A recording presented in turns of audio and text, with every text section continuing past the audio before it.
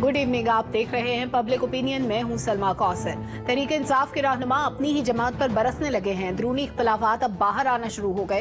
Core committee के ऊपर epics committee की तश्कील ने खदशात को जन्म दिया। अब शहरयार आफरीदी ने कहा कि पार्टी में पैराशूटर आ रहे हैं और इस बयान की तौसीक शेर अफजल मरवत ने भी की।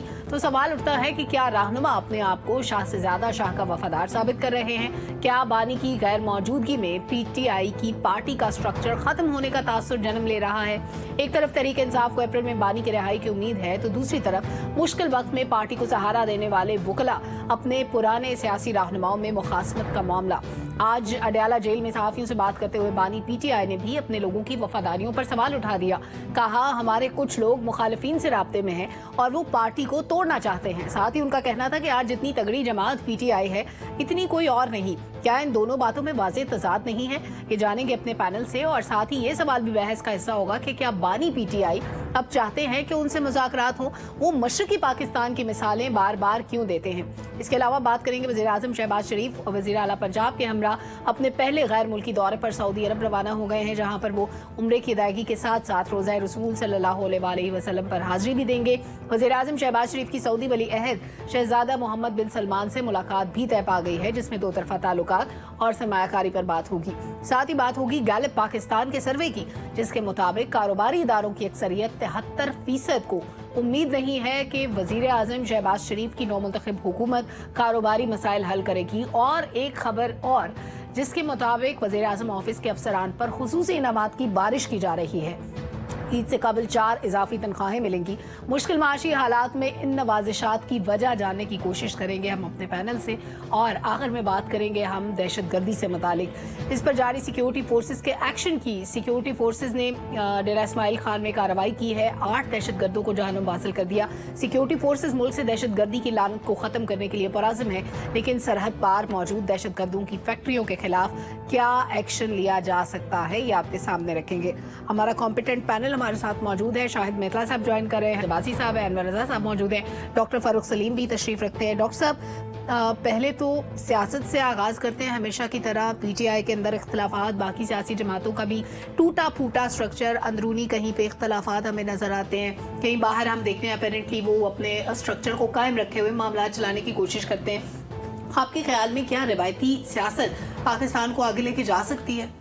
देखिए सलमा, पीटीआई का स्ट्रक्चर टूटेगा, कमज़ोर है या नहीं है, ऑपोजिशन कितना टफ टाइम दे सकेगी हुकूमत को या नहीं दे सकेगी, ये इम्पोर्टेंट सवाल नहीं है। इम्पोर्टेंट सवाल जो अभी आपने किया, देखिए जो बरतानवी जमहूरी मॉडल हमारे पास है, उसमें उस गाड़ी के 2 पहिए हैं, एक ऑपोजिशन है और एक हुकूमत है। इन दोनों ने मिलकर उस गाड़ी को आगे लेके चलना है। ये नहीं हो रहा।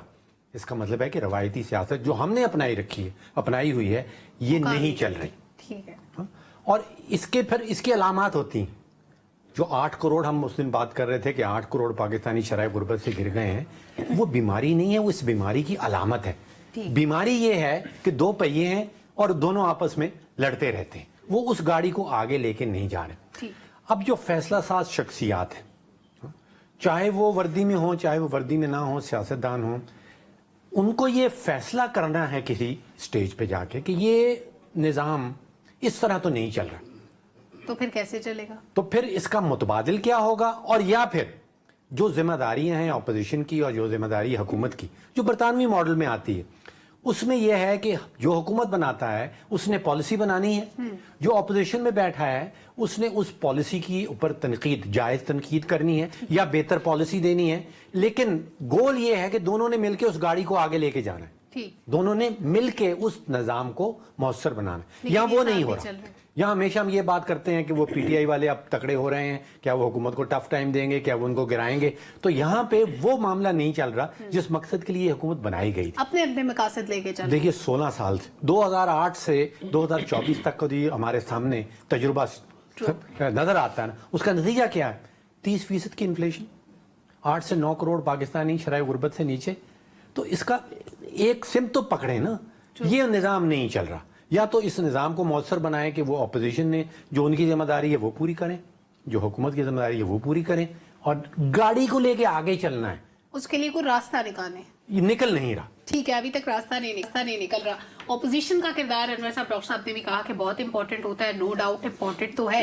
आपने देखा होगा सेनेट में जो ऑपोजिशन के उम्मीदवार थे पीटीआई की तरफ से वो थे बैरिस्टर गौहर, लेकिन जैसे ही नाम अनाउंस हुआ तो इधर शहरयार आफरीदी साहब का बयान आ गया, बड़ा इंपॉर्टेंट है। उन्होंने कहा कि भाई वर्कर को आप ऊपर नहीं ला रहे, ये पैराशूटर्स अब हैं तो पैराशूटर ही ये सारे बुकला जो इनके ऊपर बैठे हुए हैं, मरवत साहब हो गए, बैरिस्टर गौहर हो गए। तो अब ये जंग मीडिया पर आनी शुरू हो गई। ये बात पार्टी के अंदर हो सकती थी लेकिन नहीं हुई। फिर बानी पीटीआई का एक आध नाम था कोई ऐसा जो उन्होंने सजेस्ट किया हुआ था, उसको भी बाईपास किया उनकी पार्टी ने। पीटीआई के अंदर इस वक्त चल क्या रहा है? सलमा, बहुत शुक्रिया। आप देखें कि जब टिकटों की तकसीम थी उस पर भी हम बात किया करते थे कि चेयरमैन पीटीआई जो है वो अलग उनका एक पॉइंट ऑफ व्यू था और बानी पीटीआई का अलग पॉइंट ऑफ व्यू था। वो चाहते थे कि इन लोगों को टिकट दिया जाए, लेकिन पार्टी के अंदर तकसीम की वजह से उन लोगों को टिकट्स दिए गए कि जिनका ना तो चेयरमैन पीटीआई से ताल्लुक था और ना ही बानी पीटीआई से ताल्लुक था। ऐसे लोगों को भी टिकट्स दिए गए। तो इसका मतलब तो ये है कि पहले इंतखाबात से पहले भी पार्टी के अंदर इख्तलाफात मौजूद थे और पार्टी के बाद भी। अब ज़रा जो रहनुमा हैं वो खुलकर बात कर रहे हैं, मीडिया पर आ रहे हैं, जलसों में बातें कर रहे हैं, पहले बात नहीं की जाती थी। अब इशू क्या है, पाकिस्तान तहरीक इंसाफ में शेर अफजल मरवत और बाकी जो लोग हैं वो चाहते हैं कि हम एग्रेसिव पॉलिटिक्स करें, हमें मसले से काम नहीं लेना चाहिए। लेकिन जो पुराने सियासतदान हैं जो एमएनए भी रह चुके हैं, ओहदे भी इंजॉय कर चुके हैं, कहना ये है कि हमें शायद अब पार्लिमानी सियासत करनी चाहिए और कानून के मुताबिक हमें रास्ता इख्तियार करना चाहिए। वो इस मामले को 9 मई से क्लब करते हैं, ये एक वजह है। दूसरी बात यह है कि पाकिस्तान तहरीक इंसाफ में इख्तलाफात मौजूद हैं पहले दिन से ही, वो यहाँ नहीं हो रहे थे। अब आहिस्ता आहिस्ता लोग बातें करना उन्होंने शुरू कर दी हैं, क्योंकि पाकिस्तान तहरीक इंसाफ में क़यादत किसी एक के पास नहीं है और ना ही कोई किसी को तस्लीम कर रहा है। सिर्फ बानी पीटीआई जो हैं उनकी बात सुनी जा रही है और वो भी किसी हद तक। बाहर आकर आप अपना नुक्ता नज़र ज़रूर पेश करते हैं, लेकिन फैसले वही किए जाते हैं जो बाहर लोग एक जो पाकिस्तान तहरीक इंसाफ के दरमियान एक जो वकला हैं उनके जो लोग हैं वो अपना फैसला इम्पोज करना चाहते हैं, जो सियासतदान हैं वो अपना फैसला इम्पोज करना चाहते हैं। तो एक रस्साकशी जारी है पाकिस्तान तहरीक इंसाफ के दरमियान। इससे ना सिर्फ पार्टी को नुकसान होगा बल्कि आप पार्लिमानी सियासत भी नहीं कर सकेंगे और कानूनी तौर पर भी आप आगे नहीं बढ़ सकेंगे। इसलिए पाकिस्तान तहरीक इंसाफ को और बानी पीटीआई को इस तमाम सूरत का इदराक है। इसीलिए जो इत्तेहादी हैं वो उनसे भी गुफ्तगू करते हैं और उन्हें भी ये कहते हैं कि पाकिस्तान तहरीक इंसाफ के लोगों को साथ लेकर चले, उन्हें समझाएं। लेकिन अगर ये 2 बयानियां हैं, इन 2 बयानियों में से कोई एक प्रिवेल करेगा, ये रस्साकशी जारी रहेगी और इसका नुकसान पाकिस्तान तहरीक इंसाफ को होगा और उसका फायदा हुकूमत को होगा, क्योंकि ना तो ये अच्छे तरीके से तहरीक चला सकेंगे और ना ही शायद अच्छे तरीके से पार्लियामेंट में अपनी जमात को डिफेंड कर सकेंगे और ना ही कोई बयानियां बना सकेंगे। बिल्कुल ठीक है। आमिर सईद अब्बासी साहब, बानी पीटीआई ने सहाफियों से गुफ्तगू की है डयाला जेल के अंदर, वहां पर उन्होंने बार बार मशरकी पाकिस्तान का जिक्र किया। वो कहते हैं कि शेख मुजीब के साथ भी बात हो जाती तो हालात मुख्तलिफ होते। इंडिकेट वो कर रहे हैं कि मुझसे भी बातचीत होनी चाहिए, मैं बहुत ज़रूरी हूँ। इस वक्त वो एक्सपेक्ट क्या कर रहे हैं, एक तो ये बात, और दूसरा अभी एक तो उनकी मुज़ाकरात की जो एक्सपेक्टेशंस है उसके बरक्स उनकी पार्टी के अंदर जो टूट फूट है, क्या वो जेल में बैठे हुए इन मामलात को हल कर सकते हैं? और फिर हाँ, उनकी पार्टी के लोग ये भी कह रहे थे कि शायद जो लूप होल्स हैं उनके केसेस के अंदर, खास तौर पर जो साइफर केस था उसके अंदर, हो सकता है कि बानी पीटीआई जेल से पहले कोई बेल ले लें या जेल से बाहर आ जाए। ऐसा मुमकिन है? देखिए, एक तो बात यह है कि पाकिस्तान तहरीक जिस मुश्किलात का शिकार है और रही है, उसमें उस पार्टी ने बहुत सी मुश्किलात देखी हैं और बहुत से लोगों का ये ख्याल था, जो सियासी लोग थे और जो पीटीआई के वो लोग थे जिन्होंने बहुत मिनिस्ट्रीज एंजॉय की, बहुत पर्क्स प्रिविलेजेस एंजॉय की, और हमारा ये ख्याल था कि वो कभी नहीं छोड़ेंगे। लेकिन जब रियासती जबर आया तो वो सबसे पहले भागने वालों में थे। बहुत ने प्रेस कॉन्फ्रेंस की, किसी ने कहा मैं सियासत छोड़ दूंगा, किसी ने कहा कि मैं तो पार्टी छोड़ दूंगा, किसी ने तो दूसरी पार्टीज ज्वाइन कर ली, बड़ी बड़ी सियासी जमातें बन गई, बड़े बड़े इजलास हुए। लेकिन फिर 8 फरवरी के इंतखाबात ने उन तमाम रिजल्ट्स या उन तमाम मनसूबा बंदियों को मलिया मेट कर दिया और बड़े बड़े जो सियासी पंडित थे, मतलब परवेज खटक साहब जैसे, और जो अपने आप को कहते हैं कि वो सियासत के बादशाह हैं, उनको भी बाद में एहसास हुआ कि उनसे गलत फैसले हो गए। तो लिहाजा इस सारी सूरत हाल से गुजरने के बाद पीटीआई का एक नया रूप सामने आया है। उस वक्त जब 8 फरवरी के इंतखाबात के बाद पीटीआई ने अगर किसी जो है वो एक कारकुन को टिकट दिया, वो भी एमएनए बन गया, किसी एक आम शख्स को टिकट दिया जो कैंपेन भी नहीं की, सो हुआ ये कि अब वो लोग जो पार्टी छोड़कर जा चुके थे वो वापस आना चाहते हैं। वो चाहते हैं कि उनके लिए कोई रास्ता बनाया जाए, जगह बनाई जाए। लेकिन अब जो नए ग्रुप्स आ चुके हैं, नए फुकला आ चुके हैं, नए लोग आए हैं, उन्होंने ऑक्युपाई कर लिया, जिसकी वजह से अब ये रिफ्ट तो है और वो तो आमतौर पर सियासी जमातों में रहती है। क्या पीटीआई हाईजैक हो चुकी है? نہیں دیکھیں PTI ہائی جیک بالکل نہیں ہوئی ہے. ہائی جیک اگر ہونی ہوتی تو 8 فروری سے پہلے ہو جاتی. تو اب اس کو ہائی جیک کر کے کیا کرنا ہے؟ ابھی بھی تمام فیصلے بانی PTI کرتے ہیں, تمام فیصلے اڈیالہ جیل میں ہوتے ہیں, تمام مشاورت اڈیالہ جیل میں ہوتی ہے, اور وہاں سے جو آرڈر ہوتا ہے اس کو امپلیمنٹ کر دیا جاتا ہے. بہرحال کیونکہ کوئی مرکز نہ ہو, کوئی آپ کا لیڈرشپ کے ساتھ رابطہ نہ ہو, تو اس کی مس انڈرسٹینڈنگز تو ہوتی ہیں. لیکن ان صحیح. سارے حالات کے باوجود PTI نے بہرحال ابھی تک اپنے قلعے کو مضبوط کر رکھا ہے. کچھ آوازیں اٹھتی ہیں, لیکن میرا نہیں خیال کہ اس سے پارٹی کو بہت بڑا نقصان پہنچے گا. بلکہ ایون ایک سوال آپ سے بھائی صاحب, ایک سوال میرے ذہن میں آیا کہ یہ جو KP کی کیبنٹ ہے, کابینہ جو کور کمانڈر کے گھر گئی تھی, یہ بھی فیصلہ اڈیالہ جیل میں ہی ہوا تھا؟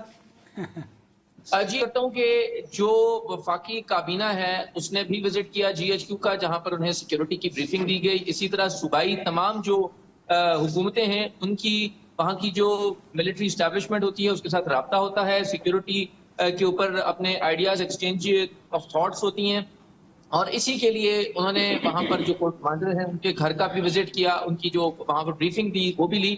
تو بہرحال یہ چیزیں چلتی رہتی ہیں. آپ کو یاد ہوگا ابھی پرائم منسٹر نے اپنی کیبنٹ کے ساتھ وزٹ کیا GHQ کا, اور انہیں بڑا وہاں پر بھرپور طریقے سے بریفنگ دی گئی. اسی طرح صوبائی حکومت ہے, ان کا کور ہیڈ کوارٹرز ہے, وہاں پر انہوں نے وزٹ کیا. عباسی صاحب, ویسے سب کے وزٹ کرنے میں اور PTI کے لوگوں کے وزٹ کرنے میں فرق ہے, بات تو آپ سمجھ رہے ہیں. نہیں فرق تو دیکھیں ہے, لیکن یہ میرا تو خیال ہے خوشائند ہے کہ کسی بھی سیاسی جماعت جو اگر کسی طریقے سے اس کی اور ہماری جو ملٹری اسٹیبلشمنٹ ہے اگر اس میں کوئی مس انڈرسٹینڈنگز ہیں تو وہ ختم ہونی چاہیے. یہ لڑائی جھگڑوں سے تو ملک نہیں چلتا نا, نہ لڑائی جھگڑوں سے. آپ نے مطلب اب کیا ایک پارٹی ہے, اس کی صوبے میں حکومت ہے, اب آپ اس کو دیوار کے ساتھ تو لگا نہیں سکتے. ان کو لوگوں نے مینڈیٹ دیا, اب انہوں نے گورن کرنا ہے, صوبے میں سرو کرنا ہے. اور یہ ایک اچھی بات ہے کہ اگر کوئی مس انڈرسٹینڈنگ تھی بھی تو وہ ختم ہو جائیں گی. تو میرا نہیں خیال کہ اس میں کوئی بہت زیادہ برائی کی بات ہے. ہمیں یاد ہے کہ اس سے پہلے جو دیگر سیاسی جماعتیں ہیں ان کے جب جھگڑے ہوتے تھے ملٹری اسٹیبلشمنٹ کے ساتھ تو وہ بھی بہت ہی سخت الفاظ اور بہت سخت پوزیشن پہ بھی جاتے تھے, لیکن بعد میں پھر جب دوستیاں ہوتی ہیں تو پھر بھی بہت اچھی دوستیاں ہوتی ہیں. تو بہرحال PTI کے اندر اختلافات ضرور ہیں, لیکن کیونکہ فیصلہ صرف ایک شخص نے کرنا ہے اور وہیں سے فیصلے ہوتے ہیں, پھر ان کو امپلیمنٹ کر دیا جاتا ہے. آوازیں اٹھتی ہیں, لیکن PTI میں تو بہت بڑی دراڑ نہیں ہے. اگر دراڑ پڑنی ہوتی تو اس سے پہلے جو PTI ہے خیبر پختونخوا میں وہ ڈال دیتی, IPP پنجاب میں ڈال دیتی, تو PTI کو کوئی بہت بڑا نقصان نہیں ہوا. اور دوسری طرف بھی بات یہ ہے کہ اس وقت بھی تمام کیونکہ فیصلہ سازی بانی PTI کر رہے ہیں, وہ جو آرڈر کرتے ہیں اس کے اوپر عمل ہو جاتا ہے. میرا نہیں خیال کہ PTI کے اندر کوئی بہت بڑی رفٹ ہے جس کی وجہ سے کوئی پارٹی کے اندر کوئی دراڑ پڑ سکتی ہے. سارے لوگ اب اپنی اپنی رسپانسبلٹی ادا کر رہے ہیں. جو پارلیمنٹ میں وہ پارلیمنٹ کے اندر کریں گے, جو پارلیمنٹ سے باہر ہیں وہ پارلیمنٹ سے باہر کریں گے. آپ کو دراڑ نظر نہیں آ رہی لیکن شاید شہریار آفریدی صاحب میڈیا پر آ کر جو باتیں کر رہے ہیں وہ تو سب کے سامنے ہے. شاہد میتلا صاحب, پارٹی کارکن ورسز وکلا, اس وقت PTI کے اندر دو دھڑے بنے ہوئے ہیں. وکلا کہتے ہیں کہ انہوں نے مشکل وقت میں ساتھ دیا بانی PTI کا, پارٹی کو بچایا, ٹکٹس دیے, الیکشن لڑا, بڑا کچھ بھگتا انہوں نے. پارٹی کارکن کہتے ہیں کہ بھائی ان کی بھی ایک سٹرگل ہے, وہ بڑی مشکلیں اور جدوجہد کاٹ کے یہاں تک پہنچے ہیں, تو اس وقت ان کو نظر انداز کیا جا رہا ہے. PTI کے اندر اس وقت چل کیا رہا ہے؟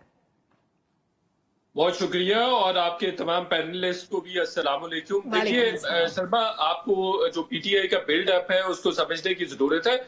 PTI روایتی طور پر اسی طرح سے ہے, آپس میں جب کلش رہتی ہے, لڑائیاں بھی ہوتی رہتی ہیں, آپسی اختلافات ہمیشہ سے ہیں, وہ آج سے نہیں ہے. آپ کو میں تھوڑا عرصہ پہلے لے چلتا ہوں جہاں شاہ محمود قریشی اور جہانگیر ترین صاحب دونوں آپس میں گتھم گتھا تھے.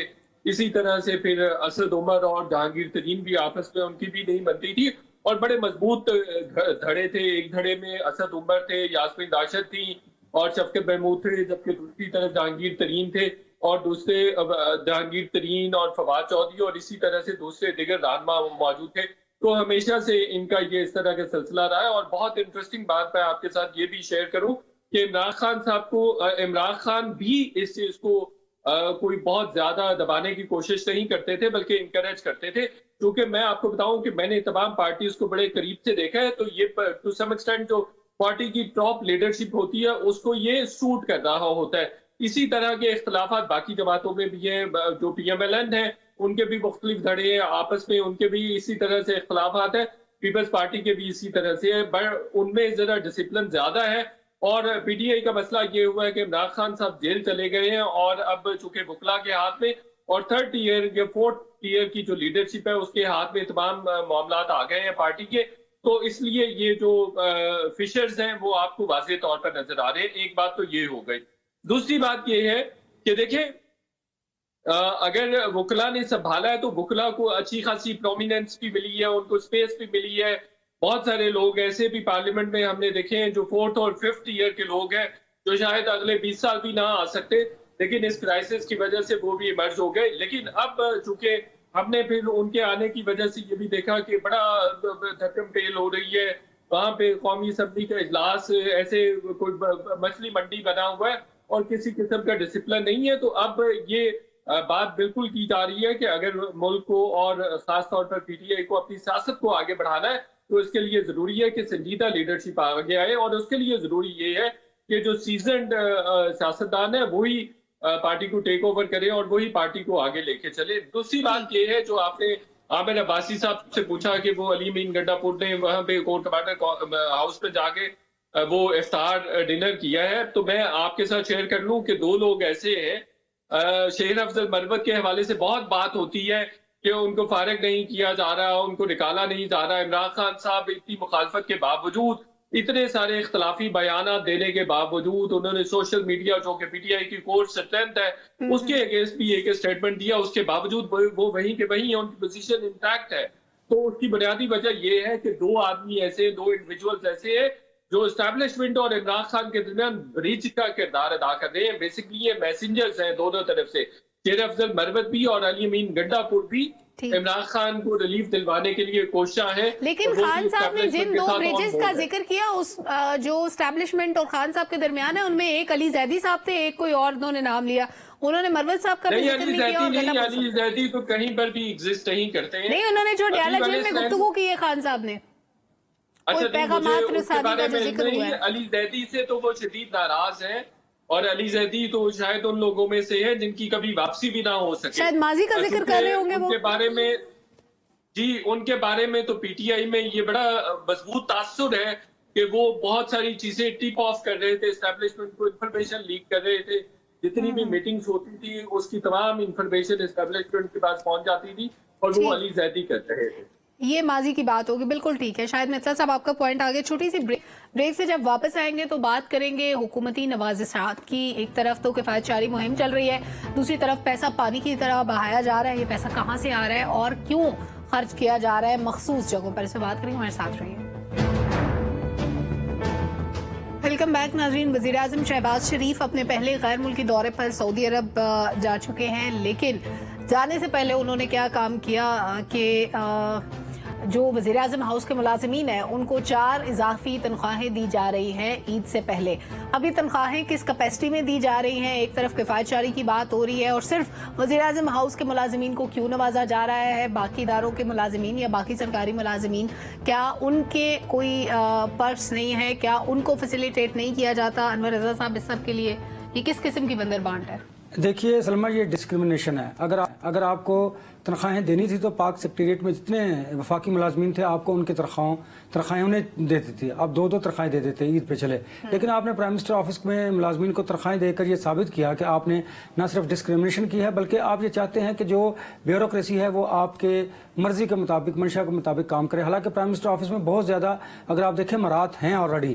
وہاں پر آپ کو کھانے پینے کی کمی نہیں ہے، ٹرانسپورٹیشن کی کمی نہیں ہے. وہاں پر جو باقی آتے ہیں لوگ ان کے وہ بھی گفٹ دے جاتے ہیں. وہاں پر جو کام کروانے کے لیے لوگ آتے ہیں وہ بڑی آؤ بھگت کرتے ہیں ملازمین کی، ہماری پرائم منسٹر سے ملاقات کروا دیں، فلاں سیکٹری سے ملاقات کرا دیں. لیکن یہ ساری چیزیں اپنی جگہ پر. لیکن کیا پرائم منسٹر کو یہ زیب دیتا تھا کہ اس وقت جب کہ حالات اتنے کروشل ہیں، آپ دیکھیں کہ حکومت کو نہ صرف اخراجات میں کمی کرنی چاہیے بلکہ وہ اخراجات میں اضافہ کریں. 4 تنخواہیں دے کر انہوں نے کیا ثابت کیا کہ وہ اپنے نیچے جو کام کرنے والے ملازمین ہیں ان کو بہت خوش رکھتے ہیں. پھر تو انہیں چاہیے تھا نا کہ یہ جتنے وفاقی ملازمین تھے انہیں 2 تنخواہیں دیتے عید پر. ताकि एक अच्छा मैसेज आता। लेकिन उन्होंने ये करके ना सिर्फ अपने ऊपर बल्कि ये मैं समझता हूँ कि ये बैड इंप्रेशन गया उनका। आपको चाहिए था कि जो अखराजात इतने ज़्यादा किए जा रहे हैं वफाकी गवर्नमेंट की जानिब से, उनको रोकना चाहिए था। मुझे सलमा याद आ गया, क्या इस वक्त जब पाकिस्तान बड़े क्राइसिस में है, क्या आपको वज़ीर आला के लिए एक हेलीकॉप्टर खरीदना चाहिए था? क्या अरबों रुपए की आपको गाड़ियाँ परचेज करनी चाहिए थी? मुझे बताएं कि किसको अब गाड़ियों की ज़रूरत है? क्या बेहतर ना होता कि आप सीएम जो पंजाब हैं उनके लिए हेलीकॉप्टर ना खरीदते, आप वफाकी गवर्नमेंट के लिए गाड़ियाँ ना खरीदते? यही पैसे थे, इनको बचत की जाती, इनको मनसूबों में लगाया जाता, इनसे जो आवाम को रिलीफ फराहम किया जाता रमज़ान के बाद भी, तो मैं समझता ज़्यादा बेहतर होता। इस तरह अपोजिशन को भी तनकीद का मौका मिलेगा और मीडिया को भी तनकीद का मौका मिलेगा, और आम आदमी भी ये सोचने पर मजबूर होगा कि जो बात मीडिया पर की जाती है कि ये अपनी अयाशियों के लिए इनके पास पैसे मौजूद हैं, लेकिन आम आदमी को रिलीफ देने के लिए इनके पास ना तो कोई पॉलिसी है, ना कोई मनसूबाबंदी है, और ना ये इमीडिएटली कोई रिलीफ देने के मूड में है। अगर रिलीफ देना होता तो ये पैसे आवाम पर खर्च किए जाते। मैं समझता हूँ इससे जो गुड गवर्नेंस है उसको उस पर कम से कम ये तनकीद के लिए एक बड़ा जवाब है मीडिया के पास भी और आम लोगों के पास भी। इसलिए हुकूमत को चाहिए कि ना सिर्फ अपना अखराजात कम करें, ये अपनी जो शाह खर्चियाँ इनको भी कम करें, ताकि आवाम को, मीडिया को इन पर बात करने का मौका ना मिले। इन्हें चाहिए कि ये आवाम को रिलीफ देने के लिए अमली तौर पर इकदाम करें। ठीक है डॉक्टर साहब, फाइनेंशियल एस्पेक्ट, क्या माशी मुश्किलात के दौरान इस तरह बोनस देने से मसाइल पैदा हो सकते हैं? देखिए, दो बातें हैं सलमा। पहली बात तो यह है कि इसके अंदर 1 से 16 ग्रेड वाले मुलाजमीन भी शामिल हैं, तो मेरे ख्याल में 1 से 16 ग्रेड को अगर इजाफी तनख्वाहें दी जा रही हैं तो कोई सर 1-2 बनती है, अब 4 अगर आप एक ही जगह दे देंगे, बाकी मुलाजमीन का क्या कसूर? मैग्नीट्यूड कर सकते हैं कि 4 नहीं होनी चाहिए थी, 2 होनी चाहिए थी, लेकिन 1 से 16 से ऊपर नहीं मिलनी चाहिए। ठीक। अच्छा, एक फर्क और ये होता है, एक अलामती होता है और एक अमलन फर्क पड़ जाना। देखिए, अमलन 714 अरब रुपए का खर्चा करती है विफाकी हुकूमत साल भर में।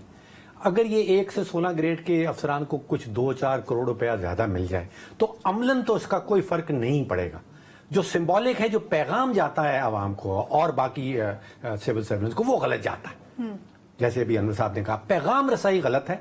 अमलन बजट के हवाले से कोई खास फर्क पड़ने वाला नहीं है। ये गवर्नमेंट के लिए पीनट है, मतलब हमारे लिए भी अगर 1 से 16 ग्रेड के लोगों को 2-4 करोड़ रुपया एक्स्ट्रा मिल जाएगा मजबूरी तौर पे, तो कोई फर्क नहीं पड़ता खास। ठीक है।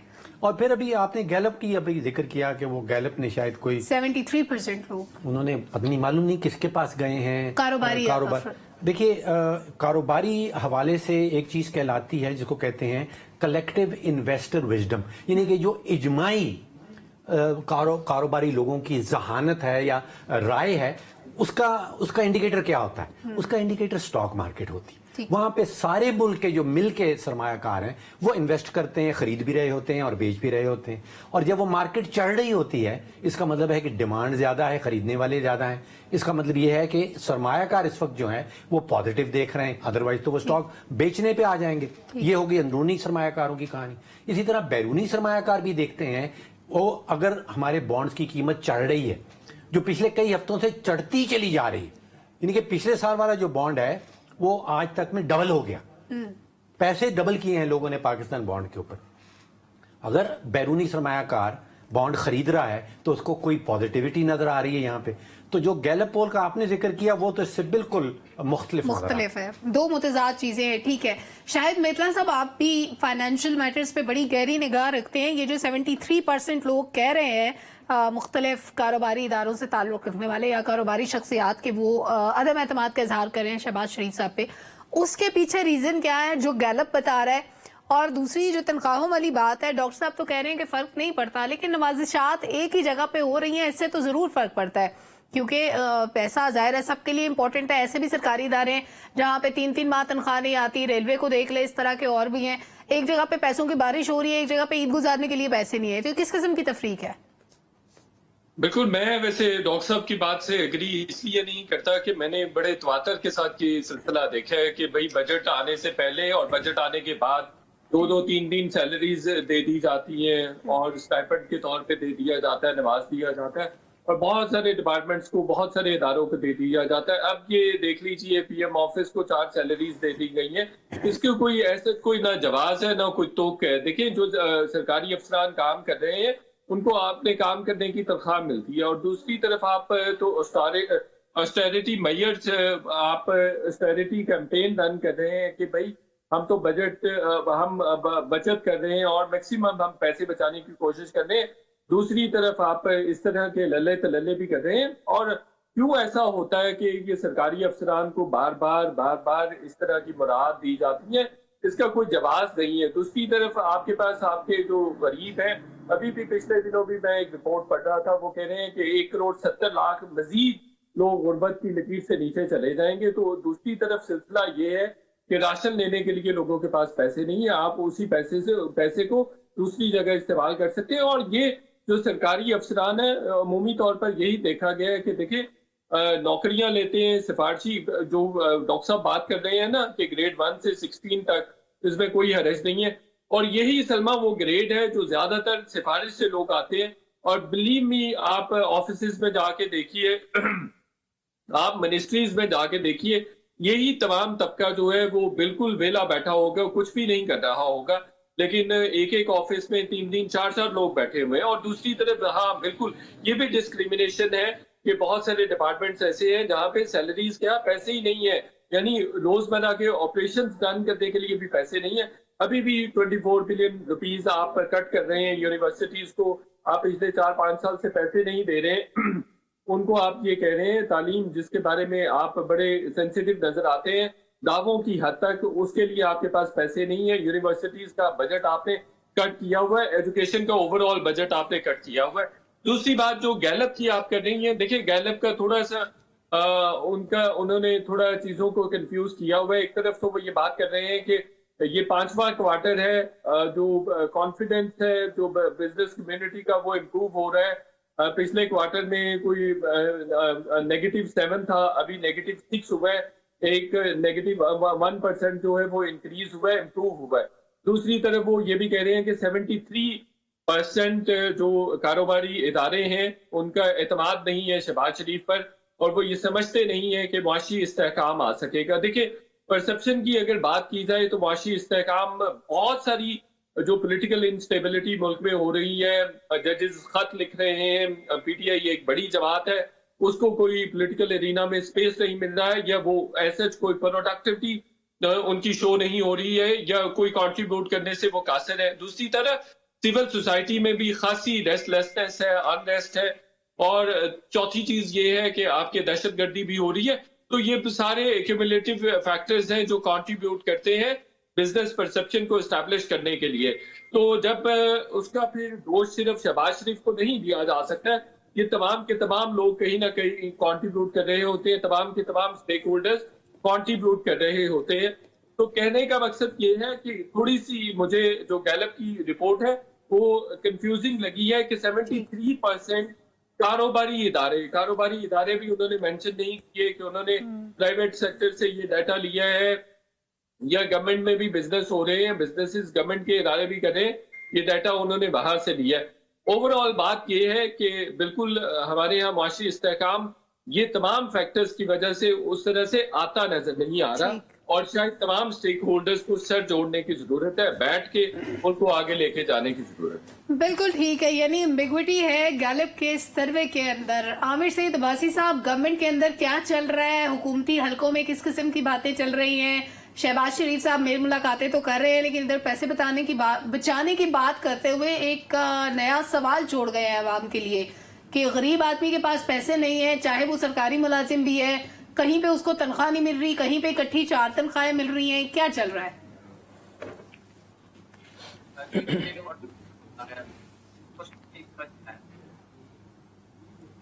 आमिर सईद अब्बासी साहब, आपकी आवाज नहीं पहुंच रही। आमिर साहब, आप मुझे सुन पा रहे हैं? आमिर साहब को मेरी आवाज नहीं पहुंच रही। आमिर साहब से कोशिश करेंगे ब्रेक के बाद उनका ओपिनियन शामिल करें प्रोग्राम में। नाज़रीन, छोटी सी ब्रेक लेते हैं, ब्रेक से वापस आके डिस्कशन को कंटिन्यू करते हैं। हमारे साथ रहिए। वेलकम बैक नाज़रीन। इजाफी तनख्वाहों से मुतालिक बात हो रही थी। आमिर सईद अब्बासी साहब, आपका ओपिनियन रहता है जो इजाफी तनख्वाहें मिल रही हैं उस पे एतराज़ात उठ रहे हैं कि सिर्फ वज़ीर आज़म हाउस के मुलाजिमीन को क्यों, उन पर ये नवाजिश क्यों?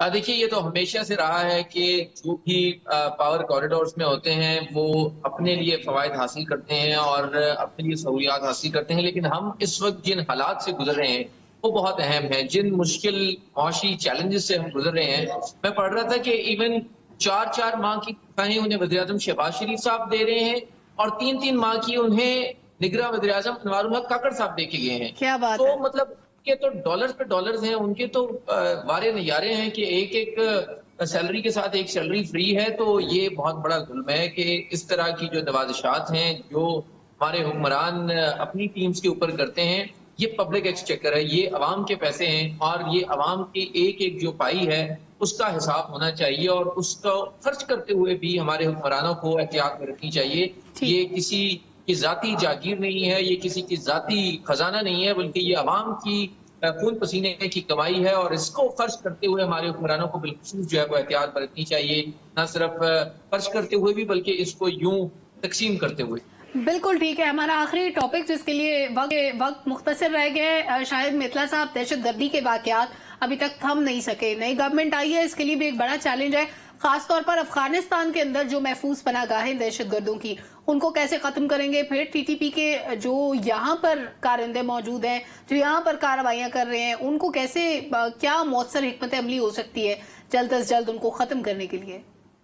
देखिए सलमा, इसमें हमारी स्टेट की पॉलिसी हमेशा से बड़ी कंफ्यूजिंग रही है। आपने जब भी पूरी दुनिया की एग्जांपल्स आपके सामने है, श्रीलंका की, आयरलैंड की है, 10 और ममालिक की एग्जांपल्स आपके सामने है, जब भी आपने टेररिज्म को एलिमिनेट किया है तो उसका एक सबसे बड़ा जो प्लस पॉइंट है या सबसे बड़ा एक आपने रिजॉल्व शो करना होता है, वो अपनी कमिटमेंट के थ्रू करना होता है। क्या आप कमिटेड हैं कि टेररिज्म को खत्म किया जा सके, एलिमिनेट किया जा सके? तो उसके लिए अगर आप कमिटेड हैं तो आपने एक ही समत में जाना होता है, आप कंफ्यूज नहीं होते। लेकिन हमने देखा है कि मुसलसल हम कंफ्यूज रहे हैं। एक गवर्नमेंट आती है, वो किसी और तरह से सोचती है, वो नेगोशिएट करने की कोशिश करती है, अपनी पोजीशन को बेहतर करने की कोशिश करती है। दूसरी गवर्नमेंट आती है, वो कहती है जी हमने इनके अगेंस्ट ऑपरेशन करना है। हमने तवातर के साथ ये चीजें देखी है।